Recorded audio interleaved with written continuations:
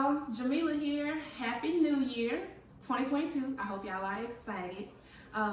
We hear people say all the time, new year, new me, but I think the old you is just fine. But if you are genuinely trying to work through some bad habits and some negative thought patterns this year so that you can actually make strides towards your goals, then I want to share a couple of tips with you that I kind of journaled through and worked through myself this morning so that your year can be, so 2022 can really be your year, okay? So I'm gonna jump right in.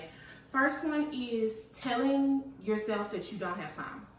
I'm a real type A person, y'all. I'm very organized, I'm very strategic, I plan, I map everything out, and so every week I always sit down and do a weekly schedule of, just things I want to get done from day to day.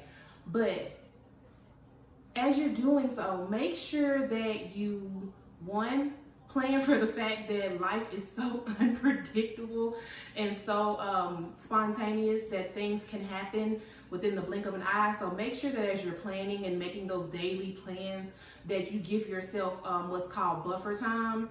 Give yourself a little bit more time than you think you might actually need to complete a task, just in case something unexpected happens. You're not feeling a time crunch, because I didn't do that in the past. And so what would happen is, let's say I told myself I was going to the gym to work out at 9 a.m. Well, if something happened that prevented me from going at 9 a.m., I told myself, shoot, I don't have time to do it no other time in the day because I got all this other stuff planned, so it's just not gonna get done. And then I felt bad and beat myself up because I didn't do what I had said I was gonna do. Give yourself a little bit more grace, give yourself a little bit more flexibility, put that buffer time in so you can have a little bit more time to complete tasks than what you might need. And if you find out that you don't end up using that buffer time, then that'll just be extra time on the back end that you can get to do something that may have gotten put off previously. And also when you're scheduling, don't over plan. I be wanting to do all the things, y'all. I be wanting to work out, I be wanting to meal prep, I be wanting to clean my house up, I be wanting to do my hair and self-care because self-care, don't overdo it. Especially if you know that if you don't get everything done that you had planned, if you know you're gonna beat yourself up about it, don't do that. You're setting yourself up for failure when you overplan.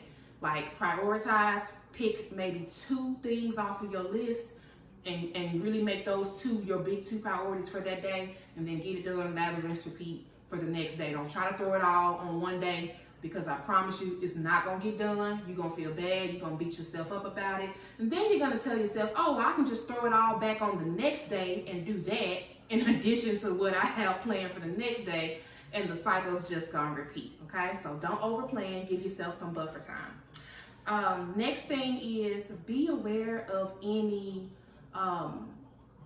addictions or escapes that you might have. I noticed in 2021 and in 2020, for me it was social media and my phone. I just couldn't help it. Between Instagram, Facebook, YouTube, and just scrolling on my news app trying to see what's going on with the news, and then just getting on Google and just researching the most random stuff.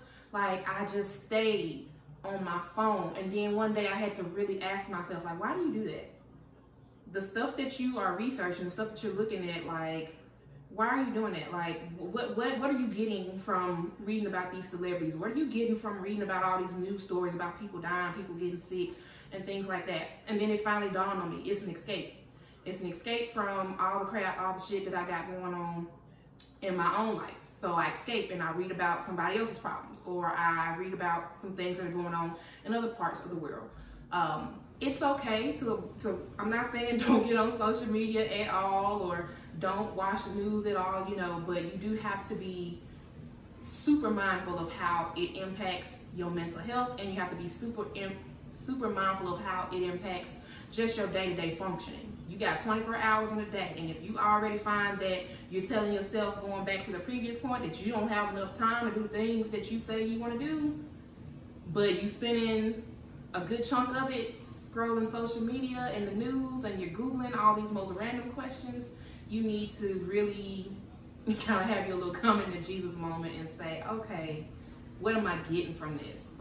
What purpose does this serve me? Is it paying my bills? Is it a providing money for me? Is it helping me take care of my family? Is it good for my mental, physical, or spiritual health? If none of those boxes are checking off yes, like, let it go, you know. And even if your escape is not social media or the news or your phone, maybe your escape might be food, or your escape might be another person or something like that. Identify what that escape is, and then also just really kind of have a mindset shift and tell yourself, okay, why am I even trying to escape my life to begin with? What is it about my life that I'm so discontent or unhappy or displeased with that I gotta escape it and try to go and you know, live vicariously through something with someone else? So if you're escaping at all, then that's a whole nother issue that you need to address. And then the last thing is, two more things, sorry. I'm reading from my journal, y'all. Perfectionism. Y'all, I can go on about perfectionism all day. Like, that will literally probably be another video where we just talk about all things perfectionism. Because again, I'm that type A person. But to kind of give you the Cliff Notes version of it, and if this is you, if you can relate, like, definitely drop a 100 in the comments and let me know. But I really had to come to grips with the idea of how I used to equate not being perfect, to failure. You know what I mean? And so in my mind, it was like, okay, I have this goal, or I have this goal that I want to accomplish, but it has to be perfect. And I already know subconsciously, like, nothing or nobody is ever perfect. Like, that, you know, there's no such thing. Like, everything's flawed to a certain degree. But yet still in my mind, I had equated not being perfect to being equal to failure. And so it's like, okay, well, if not perfect equals failure, and I'm knowing that nothing can ever genuinely be perfect, why do the thing at all? Because it's automatically a failure. So, like, why even invest any time, energy, or resources into doing it? And so I wouldn't do it.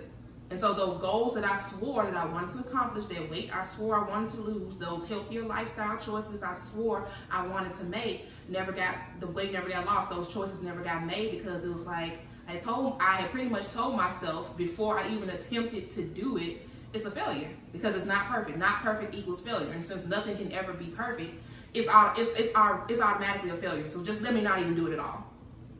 Y'all, when I tell you that is a dangerous mindset to have, please, please, please, if you don't do anything else in 2022, if you don't wash your hands and rid your hands of anything else in this year, please wash your hands and rid yourself of perfectionism.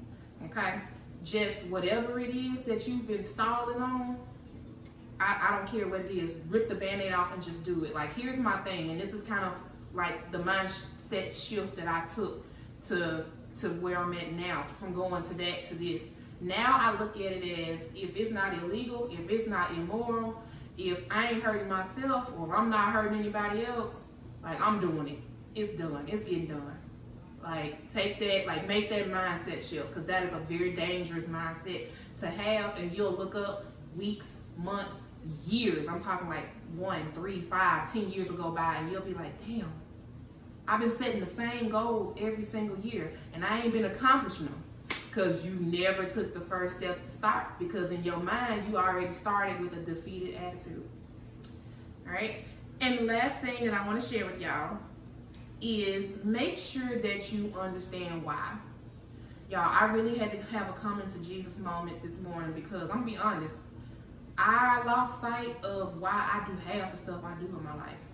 And that's some real stuff. And that's not something that's easy for me to say, because you should always understand the why behind whatever it is you're doing. You should understand the why behind why you get up in the morning, wash your face, and brush your teeth. You should understand the why behind why you choose the line of work you choose. You should understand the why behind why you choose to give energy to certain people, certain things, in certain places. You should always understand your why.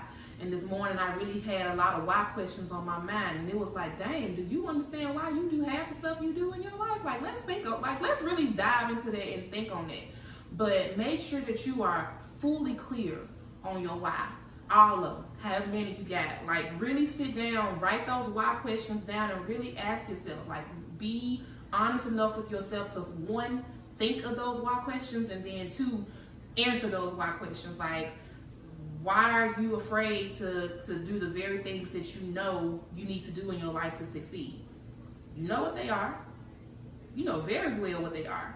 Why are you afraid to do them?